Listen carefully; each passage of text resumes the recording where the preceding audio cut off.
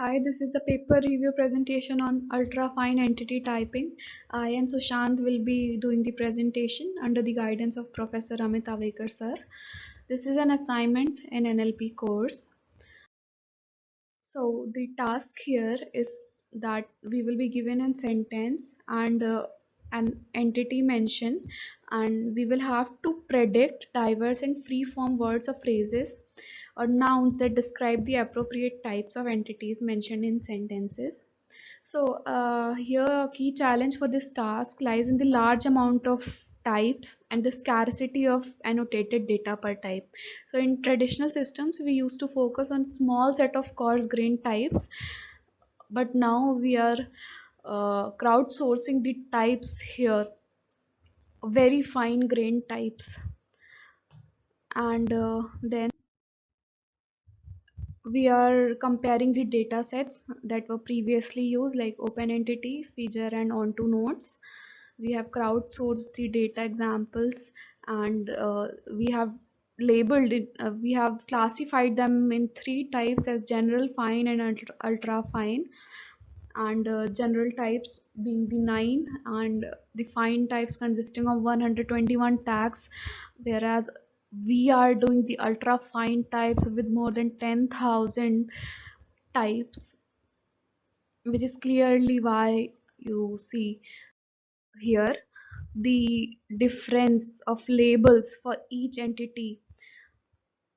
Previously, in onto nodes, you can see that all most of the data was in the other, because they were not able to define the correct entity type, because as I said, it was the scarcity of large types we have, whereas in our data set it is mostly spread over the correct entities. Now the existing dataset focus mostly on named entity mentions, and we have these, like an open entity, 40% pronouns, 38% nominal expressions, and 22% named. So for pre-processing, we are doing entity linking, and also we are doing headword supervision to get the finest type granularity. And we also have to take care of the context here. So in the model, we take care of it.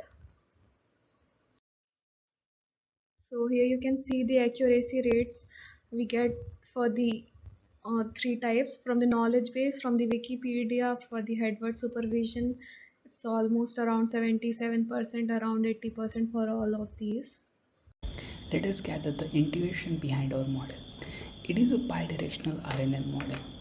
Here, for context representation, for a sentence, each word is represented using a pretend word embedding, and we also take the location of the word related to the target entity, and after concatenation of these two, we feed these to the LSTM to generate context token.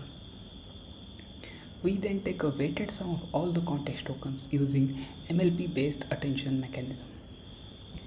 We represent our mention yum as a concatenation of two items, a character based representation from CNN and a weighted sum of pretend word embeddings in the mention span.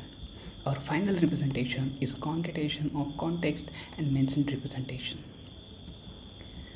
We then take a dot product of this final representation with the label embedding matrix and apply a sigmoid function which will give us the probability if it is a type or not. If the predicted value is greater than 0.5, we will say it is a type. Here we are using multitask objective function. Also, there is one thing to note that our label embedding matrix can be visualized as a combination of three submatrices as general, fine, and ultra fine types, and we are updating the weights of each based on the type that we are trying to predict at not here the multitask objective function that we are using is basically a logistic regression function used at the different granularities of general, fine, and ultra fine. Let's take a look at results. Here we can see that there is improvement in recall, but it is at the cost of precision. In the ablation study that paper has done, we can see that entity linking is mainly responsible for predicting the types at fine level, while headword is significantly important at ultrafine level. The paper has also given a comparison with the onto notes paper, and we can see that there is a improvement in both accuracy and F1 score.